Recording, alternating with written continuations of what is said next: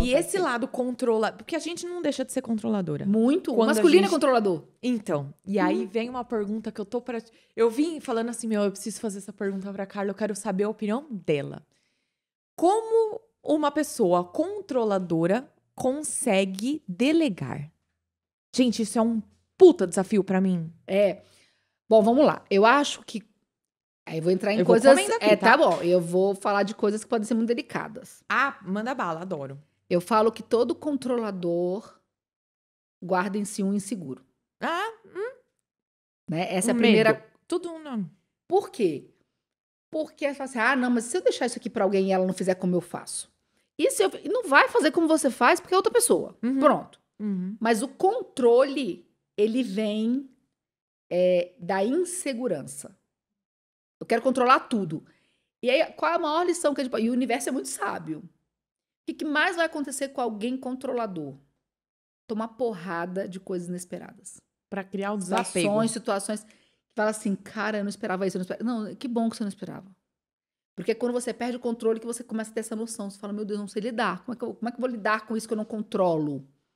E aí você vai procurar maneiras de lidar com isso. Mas isso não tem a ver com a responsabilidade, Carla. Porque numa dessa, por exemplo, a gente tá aqui lançando o curso de alguém. Uhum. Aí o pessoal do desenvolvimento de site comete um erro. E aí eu sou a parte estratégica, eu sou a estrategista. Uhum.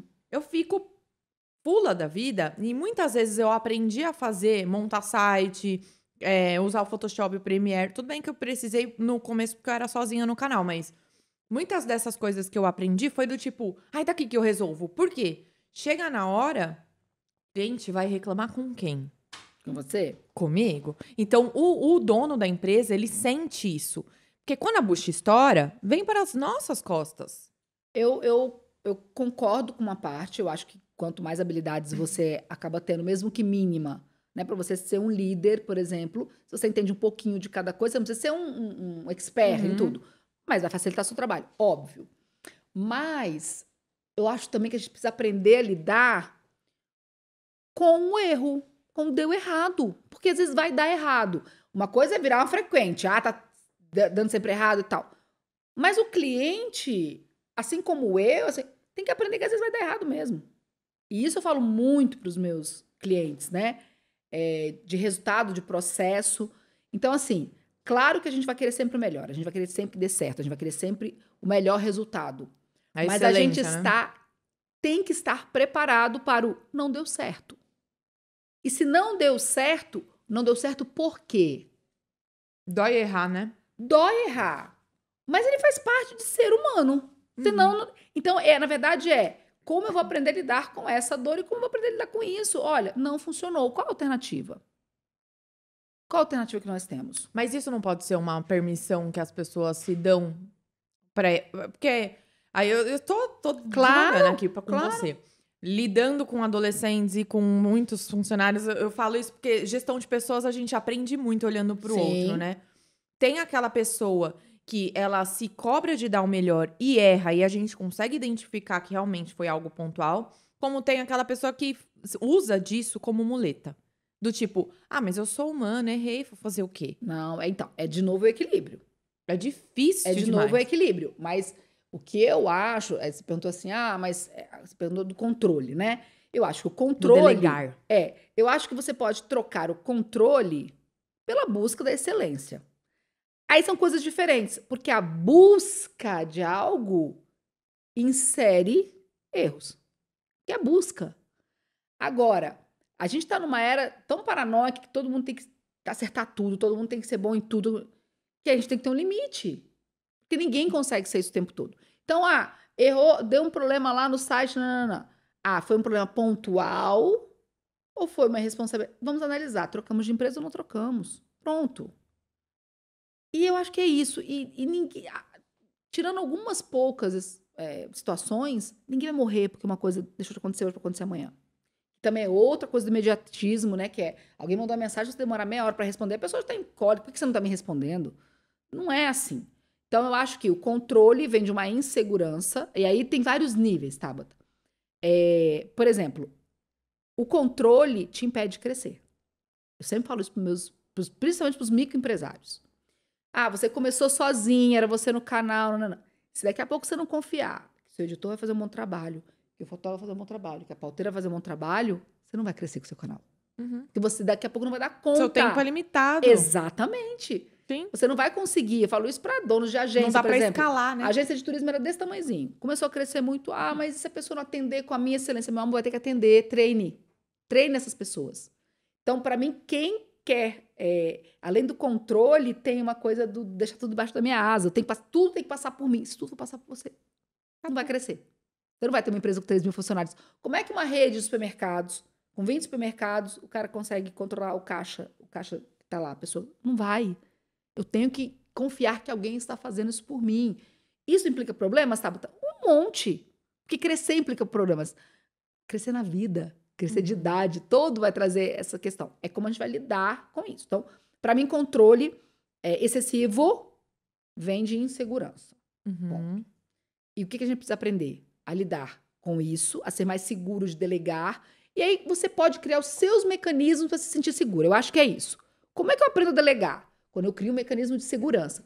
Como eu crio? Cada um cria de um jeito. Por exemplo, eu, quando eu vou trabalhar com alguém, quando eu vou contratar, eu treino essas pessoas. Esse é o meu mecanismo de segurança. Confiar no que eu estou passando e observar o comportamento dela diante do que eu vou ensinando. Então, lá atrás, eu fui formando minhas equipes, que estão comigo há 9 anos. Dei aula. Todo sábado eu dava aula mesmo, de 8 a meio-dia. É isso, ia passando meu conhecimento, ia dando as referências, porque cada um é cada um. Então, a minha maneira de relaxar no meu controle é criar uma segurança. Minha segurança é eu mesmo treinar a minha equipe. E você pode ter 1 milhão de possibilidades de criar a sua segurança. Aonde eu vou criar? Mas não é um treinamento contínuo? Porque, pelo menos, a minha vida, ela não tem aquela coisa que eu faça a mesma coisa sempre. Cada hora tem um projeto novo, As habilidades podem mudar. O modus operandi é o mesmo. O modus operandi é o mesmo. Porque, por exemplo, eu contratei uma equipe nova de tecnologia. Pode ser que não seja eu que vou dar o treinamento, mas eu vou contratar alguém que eu sei que é bom para dar esse treinamento. O modus operandi é o mesmo. Eu só vou mudar a variável. E de qualquer coisa na vida eu acho que vai ser assim. Então, o modus operandi, porque o sentimento é o mesmo. Segurança. Como é que eu resolvo uma insegurança? Com segurança. Não tem outra maneira de resolver uma insegurança. Então, eu vou criar e cada um vai ter a sua maneira de criar segurança. E às vezes as inseguranças são internas. Aí é mais complexo ainda. As seguranças são internas, né? E aí vai entrar um monte de coisa. Vai entrar mérito. Vai entrar... Tem gente que tem medo de crescer. Tem gente que cria esses mecanismos porque tem medo de crescer. Não sabe o que vai fazer com aquilo. Ela pode falar, verbalizar. Não, eu quero crescer. Mas no fundo... Tem medo. Ela tem medo de crescer. Mas eu acho que todo mundo tem. Eu, pelo menos, eu tenho medo de crescer. No sentido de ter mais pessoas dependendo de mim, a responsabilidade aumenta. Numa cagada de você não atinge uma vida, 2 vidas, você atinge toda uma equipe. Tanto que aqui, você pode ver onde a gente tá gravando, na verdade, é a minha mesa de escritório. E antes, quando eu tinha o escritório de advocacia, era a minha mesa aqui na mesma sala que a minha equipe, porque era essa coisa conjunta. Hoje eu ainda falo pra eles que eu me arrependo, porque às vezes eu quero me desligar e tudo tá, sabe, mãe. Já tá se acostumando aí, ó, já tá se acostumando. Tá, porque a gente não tem o nosso espaço ali para os momentos de concentração. Porém, essa coisa de equipe é muito importante, de estar entrosado, de todo mundo estar se ajudando. Então, essa perda do controle, eu tô até fazendo terapia com um cara crânio, André, um beijo, André Melo. Ele é incrível nessa área de PNL. Legal. Ele tá me ensinando exatamente isso, que o controle ele tem a ver com apego, que tem a ver com insegurança, que tem a ver com um medo. Sim. Então, a gente tem que cavucar tudo isso para destravar certas coisas que quem vê de fora fala, não, mas Tabata, você tem 5 empresas, como você é controladora? Quer crescer mais que isso? Você não... Como você tem medo de crescer? Gente, eu tenho medo de crescer e depender de outras pessoas. Por que esse medo de dependência? A gente depende do outro o tempo inteiro, Tabata. É louco é medo isso. de uma coisa que é louco. Você depende da sua mãe pra nascer, bicho. É isso. Não tem muito... Mas é um modus operandi interno. Aí se a gente for entrar nisso, vai entrar em infância, vai entrar em valores, sim. Aí vai também entrar é muito muita caso coisa. a caso. Eu perguntei mais pela consultoria empresarial. Na verdade, quando eu faço hoje minhas consultorias são diferentes, né? Quando eu dou uma consultoria para uma grande empresa, uma grande rede de comunicação e tal, eu vou direto no problema que eles têm pontual. Nós estamos com um problema de audiência. Como é que eu vou resolver? Olha a grade, isso aqui está no lugar errado, isso aqui não sei o quê. E aí eu vou dar as estratégias e eles vão executar. Mas, por exemplo, no meio do caminho, eu dei tudo para olha, o problema está aqui, tem que reestruturar. Por exemplo, os textos de vocês são muito superficiais, tal. Beleza. Então, vamos refazer. Aí, quando eles começam a me dar devolutiva, eu percebo que o problema é que eles não sabem escrever. Então, o problema não está em não saber qual é a solução. Está dentro do projeto. Na execução. Eu vou lá e dou um treinamento. Redação para não sei o quê. Beleza, tá bom. Isso é numa grande empresa. Numa pequena empresa, quando é um microempresário, eu estou lidando com um monte de emoções.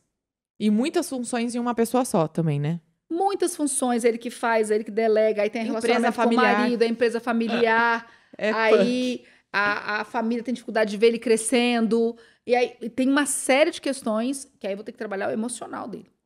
E o que eu tenho percebido é que mesmo nas grandes empresas, o emocional está aflorando. Nós evoluímos muito tecnologicamente falando e esquecemos de evoluir o nosso sentir. Autoconhecimento, as pessoas... Mas eu acho que depois que mudou pra era... Agora vamos pular holístico, né? Mudou pra era de aquário, eu acho que as pessoas estão aprendendo a parar de olhar para fora e estão entendendo que elas precisam olhar para dentro. Sim, eu acho que hoje a gente tem muito mais liberdade para falar disso. Sim. Hoje a gente tem muito mais gente procurando, mas mesmo assim ainda existe muito preconceito, e as pessoas estão perdidas.